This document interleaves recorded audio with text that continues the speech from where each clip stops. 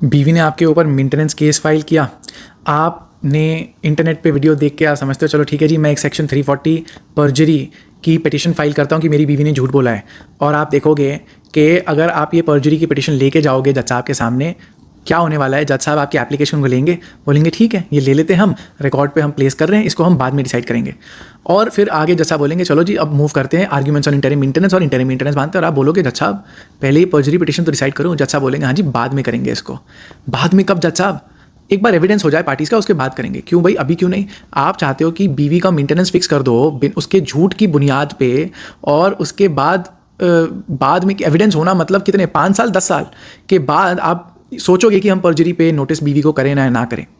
देखिए जजेस का इसमें इंटेंशन क्या होता है, अगर हमने नोटिस कर दिया बीवी को तो फिर देयर इज़ अ पॉसिबिलिटी हमको जेल भेजना पड़ जाएगा एक बीवी को, उसमें अपील में हमको डांट पड़ेगी। अगर मैंने 340 की एप्लीकेशन अभी डिसमिस कर दी तो ऊपर से डांट पड़ेगी कि आपने इसको डिसाइड क्यों नहीं किया। तो जज साहब वेरी कन्वीनियंटली जानते हैं कि अगर हमने एक बार इंटरिम मेंटेनेंस फिक्स कर दी ना तो एनीवेज बहुत जल्दी चांस है कि मैटर सेटल हो जाएगा। क्योंकि पति आके बोलेगा देखो जी ये 20,000 या 50,000 या लाख रुपये महीने की इंटरिम मेंटेनेंस अभी बांध ही चुकी है कोर्ट, तो इससे अच्छा मैं एक लमसम ऑफर करके बीवी को 10 20 50 लाख का मैं देके ख़त्म करता हूँ। क्योंकि मनोबल जो है पति का वो टूट जाता है अगर इतना बड़ा कोई मेंटेनेंस अमाउंट फिक्स हो जाता है। इसका सोल्यूशन क्या है? एज अ हस्बैंड आप जाके अपनी पर्जरी की एप्लीकेशन दो कि बीवी ने झूठ बोला है, अपने एसेट्स और इनकम कंसील करी है अपने इनकम एफिडेविट में as per Rajnish versus Neha judgment of the supreme court, तो बीवी को पनिश करना चाहिए उसके लिए। ये नहीं मेरी पर्जरी पिटिशन।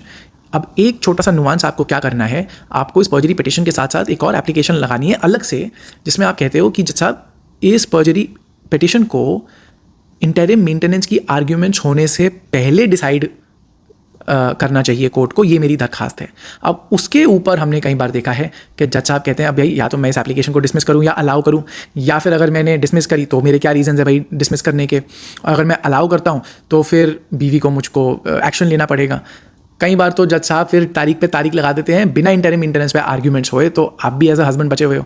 और कभी कभार हमारे केसेस में हस्बैंड ने नोटिस भी किया है बीवी को पर्जरी में immediately before interim maintenance arguments are heard. और अगर कोर्ट ने इंटरिम मेंटेनेंस फिक्स भी कर दिया, जो कभी कभार हुआ है हमारे केसेस में, कम से कम हमारे पास अपील के और अच्छे ग्राउंड्स हो जाते हैं कि भाई इस चीज़ को पर्जरी को और हाइडिंग ऑफ एसेट्स को कंसिडर ही नहीं किया गया। तो एक ये छोटा सा नुआंस पर्जरी पिटिशन के साथ साथ application for deciding perjury petition before arguments on interim maintenance take place helpful.